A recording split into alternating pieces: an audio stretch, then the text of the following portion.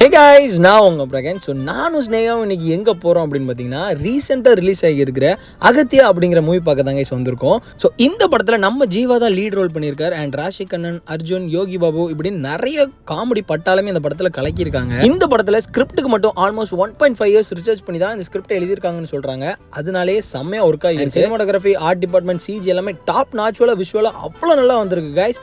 அவங்க எடுத்த horror fantasy ஜேர்னருக்கு short and கிறிஸ்பியாக 2 hours 10 minutes பக்காவாக பேக்கேஜாக பண்ணியிருக்காங்க. Must watch theatrical material. ரொம்ப நாளைக்கு அப்புறம் ஒரு தியேட்டரிக்கல் எக்ஸ்பீரியன்ஸாக சூப்பராக படம் வந்திருக்கு இந்த அகத்தியா. படத்தோட பட்ஜெட் பார்க்குறப்பவே நல்லா தெரியுது. ஜீவா சருக்கு ஒரு கிராண்ட் ஸ்கேலில் ஹை பட்ஜெட் ஃபிலிம், பக்கா பேன் இந்தியன் மெட்டீரியல், அந்த பிளானட்ஸ் கனெக்ட் எல்லாமே வச்சு ஃபேண்டசி எலமெண்ட்ஸ் பக்காவாக ஒர்க் ஆகிருக்கு.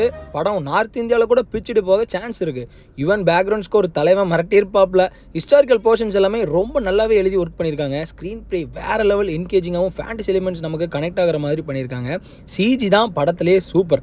சிஜி என்னமா இருக்கு, பிக் ஸ்க்ரீனில் விஷுவல் ட்ரீட்டுங்க. நல்ல பட்ஜெட் கொடுத்துருக்காங்க. படத்தோட குவாலிட்டி விஷுவலாக பார்க்குறப்பவே தெரியுது. ஃபேமிலியோட வந்து பார்க்கலாம். ஹாரர் ஃபேண்டசின்னு எல்லா எலமெண்ட்ஸும் பக்காவாக பண்ணியிருக்காங்க.